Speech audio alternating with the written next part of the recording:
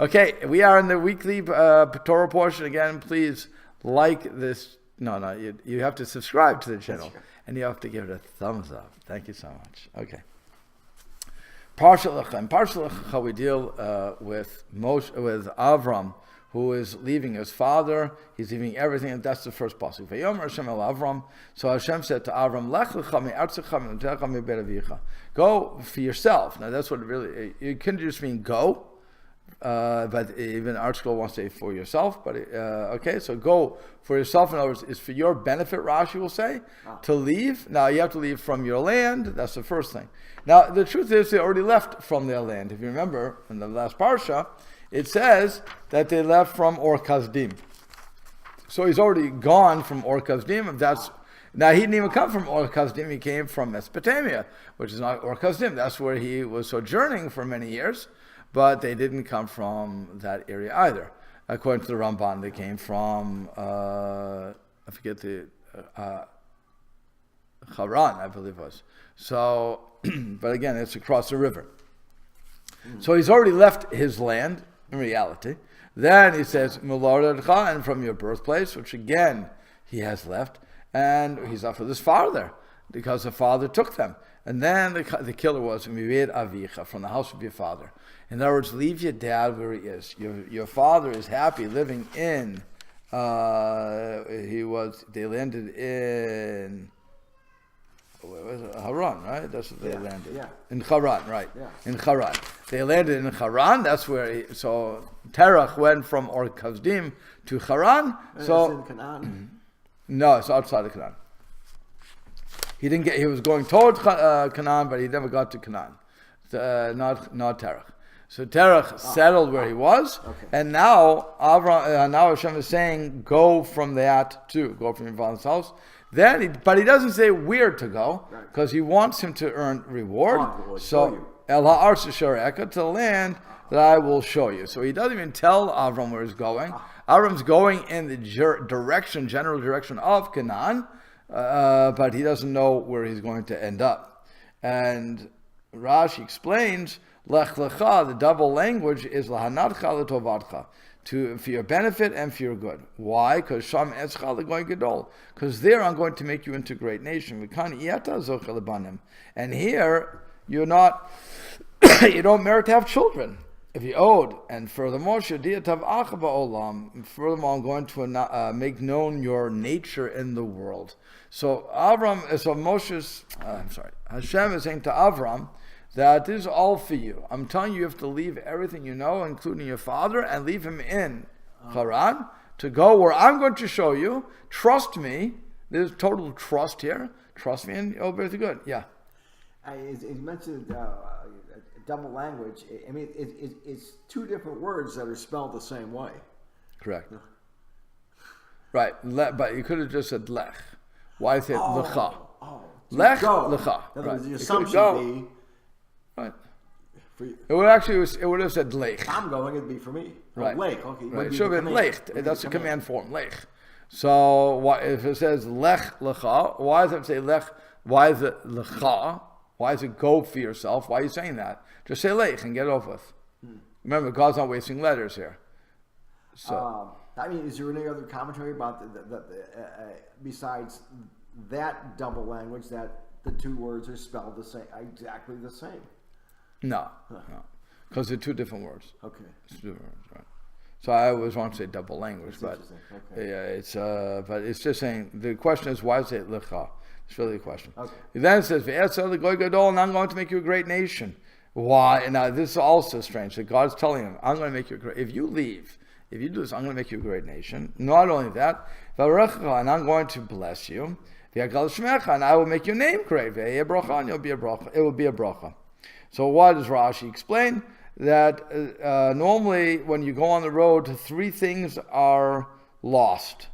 Okay, one is, since you're on the road, you're not going to have a lot of marital relations because you're constantly moving. When you're moving, you don't. You're going to have much less children than if you would stay stationary.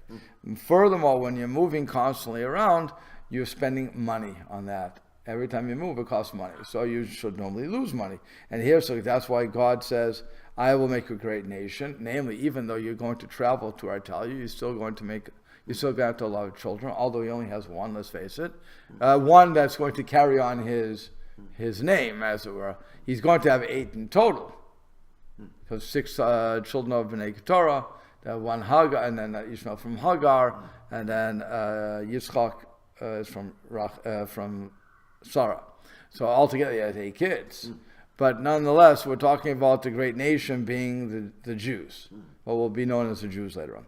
Then he says, I will bless you. How am I blessing you? Because I'm giving you money. That's the point. Even though normally it would lessen it, I'm going to give them money. And finally, when he says, I will make your name great, because what happens when you're traveling around again, your name is, nobody gets to know you.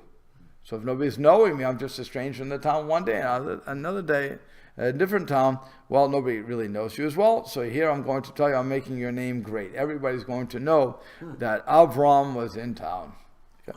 And then they're all going to say, the Heve Bracha is, Rashi explained again, Rashi here, that it's when people are going to bless their children by saying they should be like Avram.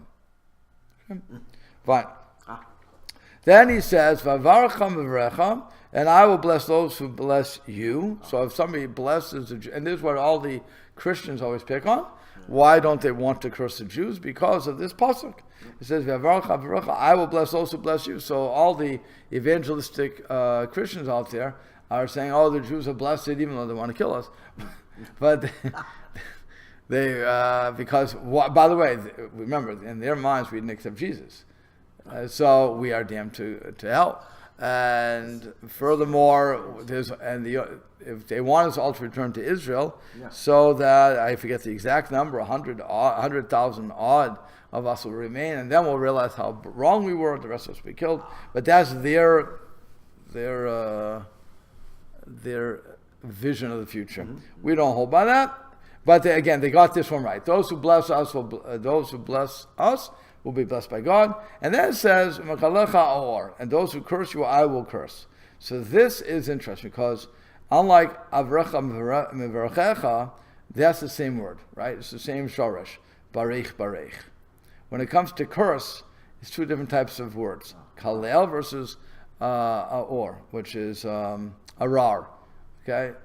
So that's where they're coming from. So now, Hirsch makes a distinction. And he says, Lecha is cursing the person outside. It's an outward curse. Whatever it's, in other words, it's not on the soul, as it were, but it's outside of the person. I'm cursing the situation. Bad things will happen to you. To the situation, right. Or, though, is talking about the inners of the person. Oh. So God's saying, you curse my Jews, you curse the family I picked, I'm going to curse you from the inside out. Wow. That's what is going on there. And then it says, and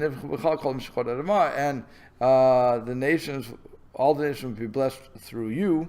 And so that's how what's going on there. And so it says, Rashi says there are a lot of agadot about this, but basically people will bless you like that. Good. So now, that's the whole bracha. That's what happens if you go and you listen to me, God says. You listen to me and you go and you leave everything you know, and including your father, then this is what I promised to happen to you. Fine. So Vayelech Avram is trust Hashem. So he goes. Hashem, just as Hashem spoke to him. And what happens? Lot goes along with him too. Lot, he had a choice.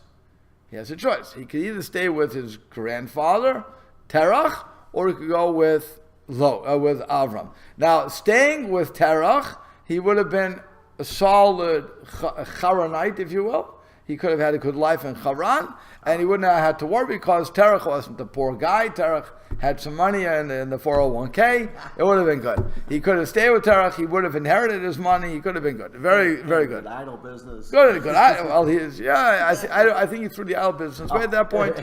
But the point is, he had money. He was traveling with everybody, and so Terach. Lot had to make a choice. What do I want to do?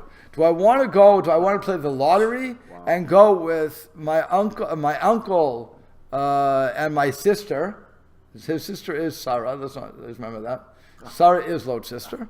So do I want to go with my sister and my brother-in-law, uncle, my uncle-in-law, brother, how you want to look at that, their relationship, and take the chances? Because, let's face it, Avram is also not a poor guy at this point. He also has money. He has sheep and everything else. So do I want to do that? But I'm going to be wandering. So do I want to wander? Or do I want to stay home with my grandfather? I love my grandfather, and it could be a good life there too.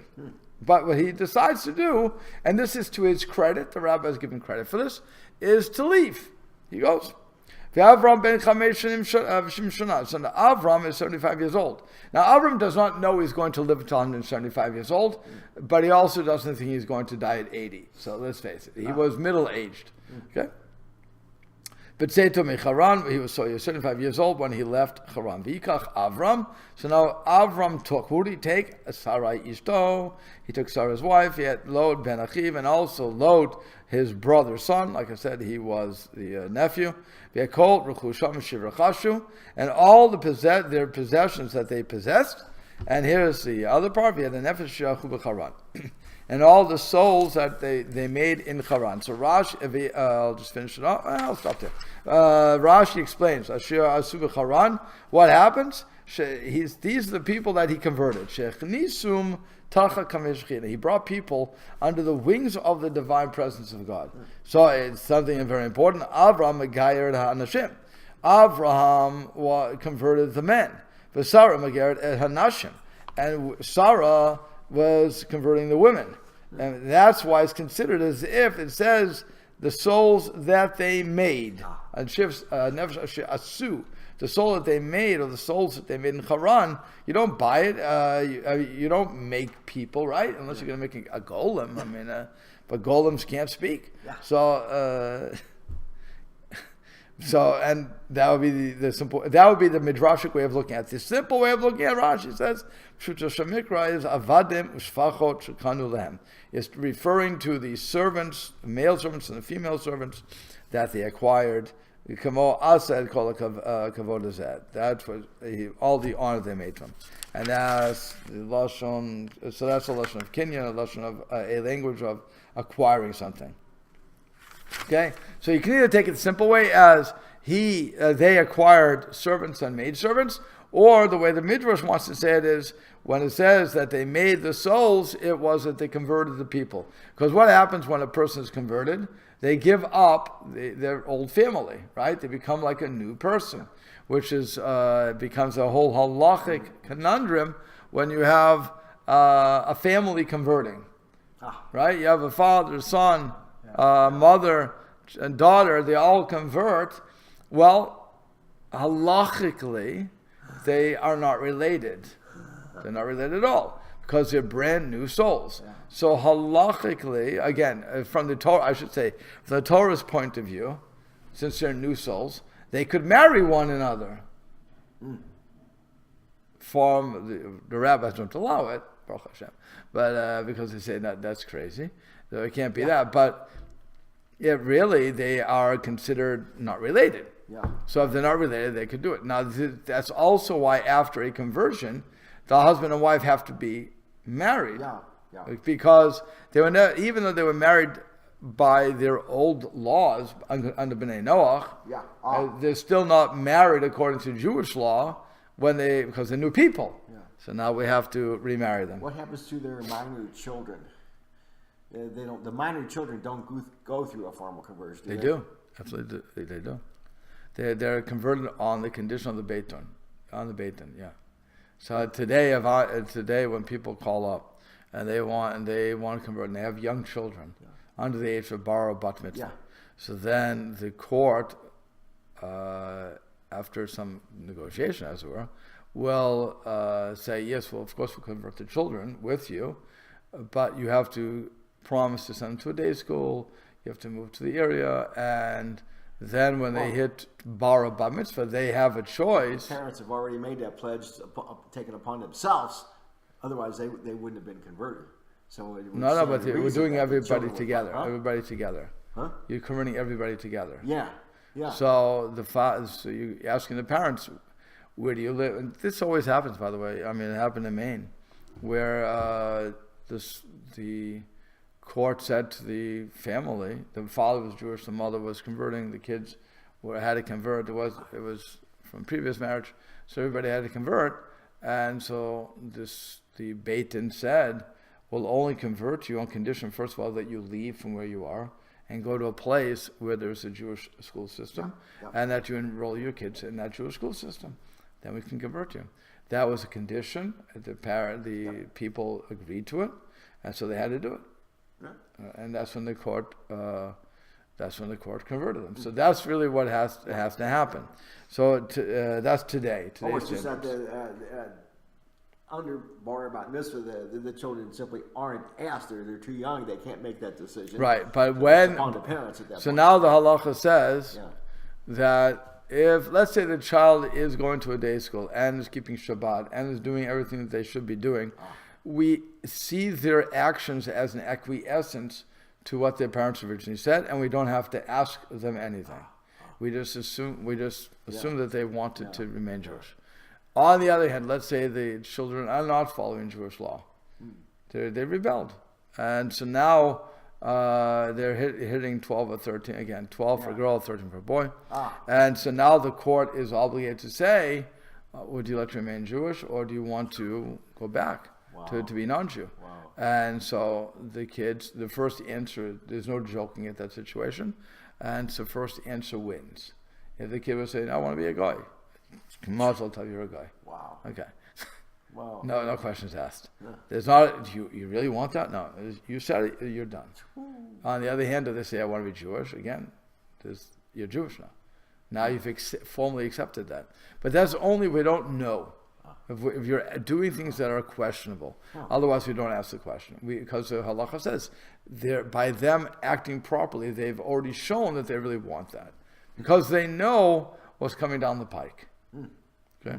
So it's Are you talking about what age? Like over the age of 8 when this happened originally? You're talking about that they would have some knowledge. They would they would know some 6. If they're little, if they're like under 6 or 5. No, if they're 2 and 3, but if they're then you may have to. But again, you may have to just say if their parents have brought them up. Yeah, if they're doing the so then there's not a question, because they may there may be a bit of rebellion in their heart to say I don't want to be Jewish, but they don't really mean it because that's all they know. Yeah. It's not like a kid who was 10 or 9, 10 who knew what a cheeseburger tasted like, and then decided, no, I don't like this kosher style that they're doing, so I want to be a goy. So so that would be, you're right, there is certainly a situation there. But if you convert a child like a baby, the odds are we're never going to ask that kid. We won't ask, because you're bringing them up in a way that is to their benefit. It was to their benefit. The only reason we would ask them, by the way, is because it's not to their benefit. We can't do anything against people's benefit. So if somebody is following Jewish law and they're growing, it's not to their benefit to reduce their connection, as it were, or their obligations. It's not to their benefit. On the other hand, if they're not doing anything, so now to force them into a situation where they don't want is no longer to their benefit either. If it's clear that they are, the fact that they were raised by, so they went, if they were over 5, 6, 7, they went to the mikveh with the parents, right? More or less. Yeah. So that was a formality. Right. So you're saying if they're of an age, even though they went through that formality, that it looks like they might be rebelling when they're 12 or 13. Correct. So now you have to ask, because it's no longer to their benefit. It's not to their benefit. And we don't want to hurt people. We're not interested in hurt. That's why conversion is so difficult. And that's for all the people who want to convert out there. That's why it's so difficult. We don't want to put people into a situation that they cannot fulfill. In other words, it's not, you can't change your underwear here. It's not a matter of I don't like what I'm doing, so I'm going to convert. It's not Christianity. It's not anything else. As far as we're concerned, you convert in, that's it. You're part of the family. Now, if you don't live up to your responsibilities, Hashem looks and says, why'd you do it? Why'd you join the family? I had you as a Ben Noach. I knew what I was doing. I knew what I was doing when I made you Ben Noach. So just follow Ben Noach and you'll have a connection. But don't up the ante if you're not going to live by it. So that's really the court who has to make that judgment as to is that person going to live up to their. It's amazing that historically, both Christianity and Islam would forcefully convert people. I mean, it's just. Well, they didn't have the obligations. Remember, we're seeing it as an obligation and a connection to Hashem. So that has to be a unless you're born into it, has to be a voluntary action. Yeah. And by the way, when you're born into it, the assumption is that the parents are going to do the due diligence in giving over the keys to the kingdom. And when the parents no longer did that, so one could argue that it's a detriment to the children.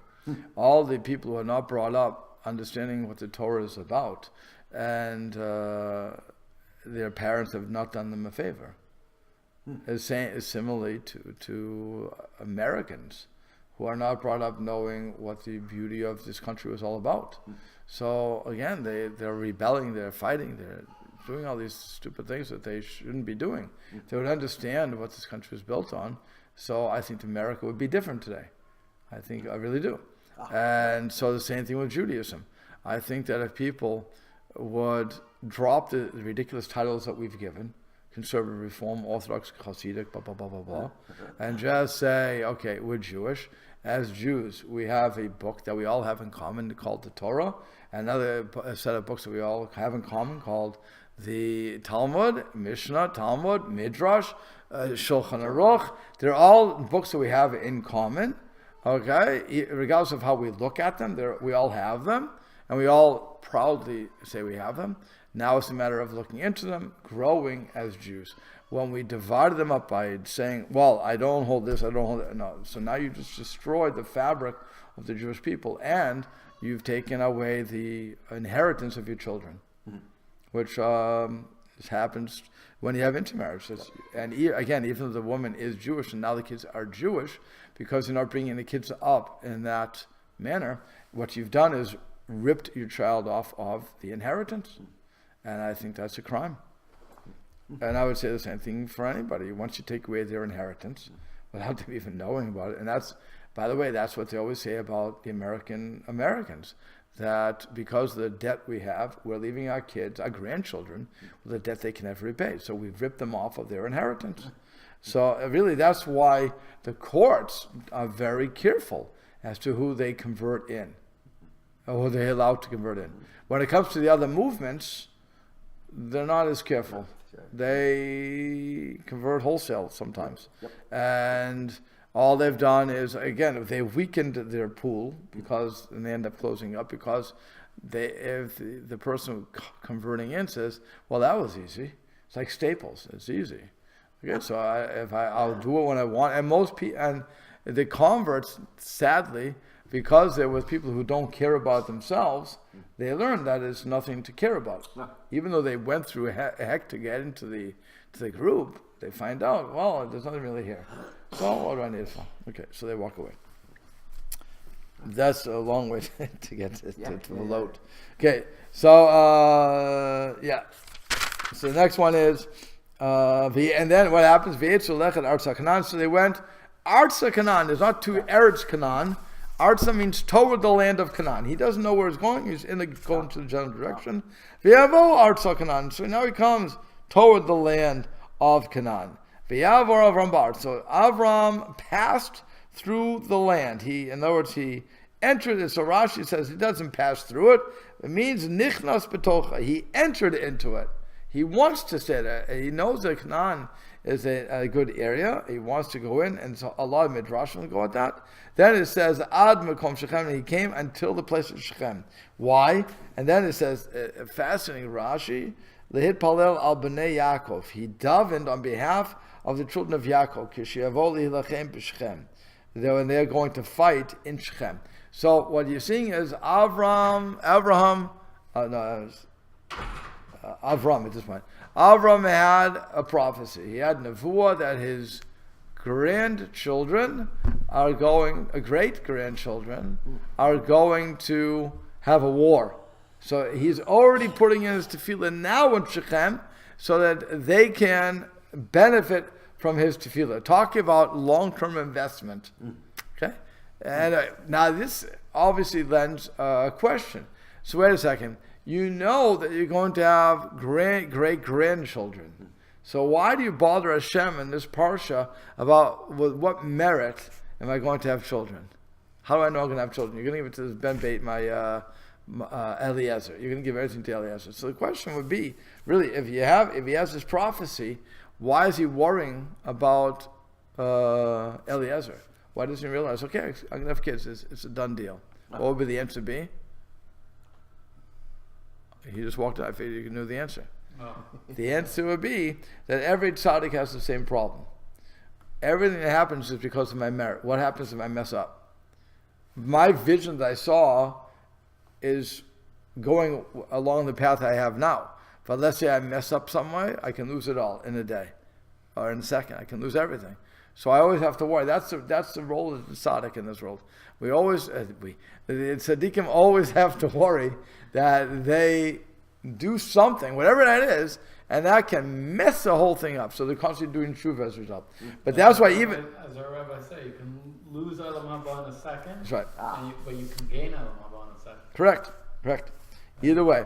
So, but the tzaddik isn't worrying about losing it, gaining it. He's worried about losing it. So that's the same thing here. So he's worried about losing it, losing his kids. But he's still, in case, let's say insurance policy, if I should have kids, so I want to give a bracha, I want to give them the thing. So that's why ad elo moreh, until elo moreh, which again Rashi identifies as Shechem, and it says why, and he showed him Har Grizman Har Eval, and that's where the Jews would accept the shvur, the curses and blessings of the Torah. So that's where you come into find. That's why it's called Elon Moreh. And then it says the end of Kanani az Ba'ars, and the Canaanim were then in the land, which means Rashi explains Hayahol Lech v'kovesh et Shamizaro Shoshen. Why were the Canaanim there? Because they went and they conquered the land from Shem. They weren't supposed to be there. They got it from Shem. That's what Rashi is saying. Shevechakol Shem Nafla, because that originally Shem had Canaan. When Noach split up the land, Noach had 3 kids, and so he says each one has to have an inheritance. So he gives Canaan to Shem. Mm-hmm. Well, they took it over, and the Canaanim, so the people of Canaan, the Cham's kids took over, and now actually Canaan took over, and that was the problem. Ramban says on this, why? So what's going on? What happens when a slave acquires property? Who's it go to? The master. So basically, Canaan was just taking care of it for the master. That's how the Ramban looks at this. Where did these people come from after the flood? They all came from the same place. They all come from the ark. They walk out of the ark, right? But Noah hung on to the ark. Okay. No. You're not talking about. Okay. Noah splits the world into 3 parts. Yeah. Okay. So Shem was given the Canaanite area. So he was the forebearer of. He was the forebearer of Avram. Shem. Cham was the forebearer of Canaan.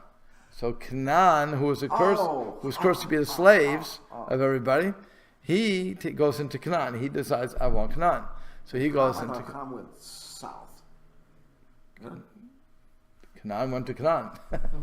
Huh? Canaan went to Canaan. Canaan. I thought you said Cham.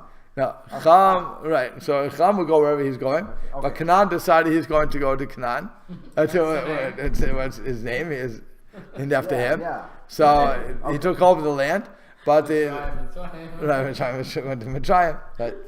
So, but that's what happened. Okay. So now, again, they're in the place, as it says, Malchi Tzedek Melech Shalem, as we see at the end of the war, it's talking about Malchi Tzedek, which was the king of Shalem, which we understand to be Shem himself, because you go backwards and you see the name, in other words, you take the first letter from Melech, the first letter from Shalem, and you take that, and that's Shin Mem, Shem.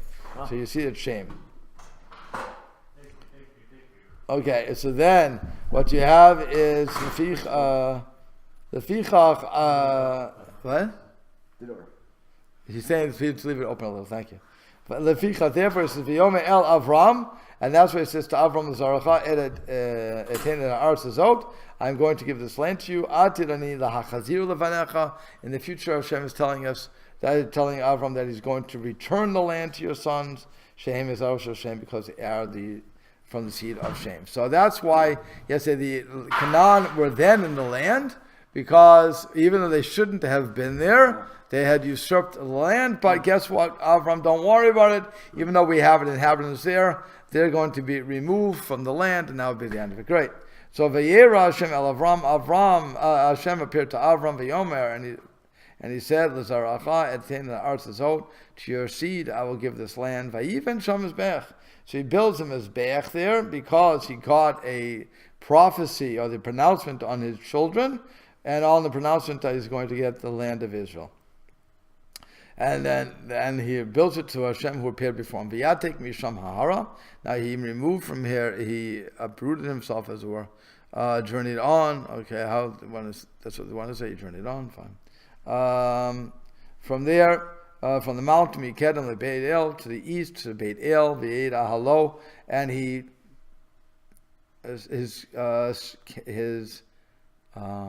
tent stretched. Literally, or he pitched his tent, but it's really stretched. Okay, nata. But if you look at Ahalo, how is it written? It's written without a vav. It's written without a vav, right? It's written with a hey. So that normally would be Allah, her tent.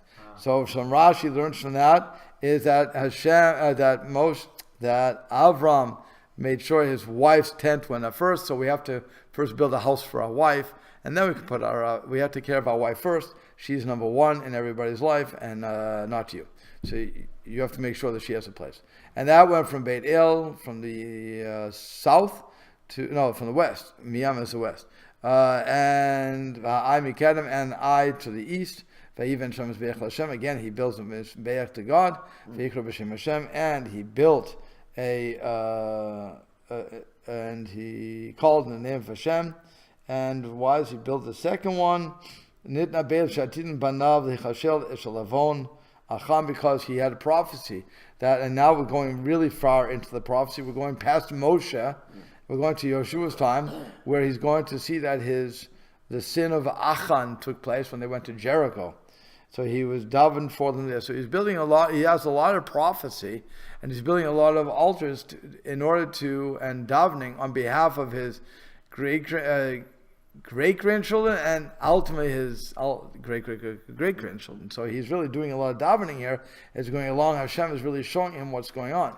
So Vayisa Avram haloch v'nesua negbai. It is also a strange pasuk. It says Avram going and traveling to the south, which meant that he was always going around. Why did he walk around the land to this? Ultimately, he would go around the whole land. Why did he have to do that? To acquire the land, correct? Nice. Right. So you had to acquire the land. The way you acquire the land, when you bought your land from the owner, your first thing was not just you had to pay the money and give the deed, and you had to get your mortgage and so on and so forth. But that's not a kinyan. But that's only one of the kinyan. Then what you should have done is walked around the property line, and that's how you acquire your land. Why does that acquire land, by the way? This is what owners could do. Only an owner can do that, right? And you wouldn't let anybody else walk around your land or put something up on your land. Fix something on your land. Set foot on it. And once you set stuff in. If you pay somebody, he could fix it for you. Right, but the point there you go. But the point is that if somebody's walking around my land, I'm going to say, "What are you doing here? What are you walking my land? What are you doing?" You walk like you own the place. Right. That's why he had to do that. He had to travel around. Okay, and we'll stop there.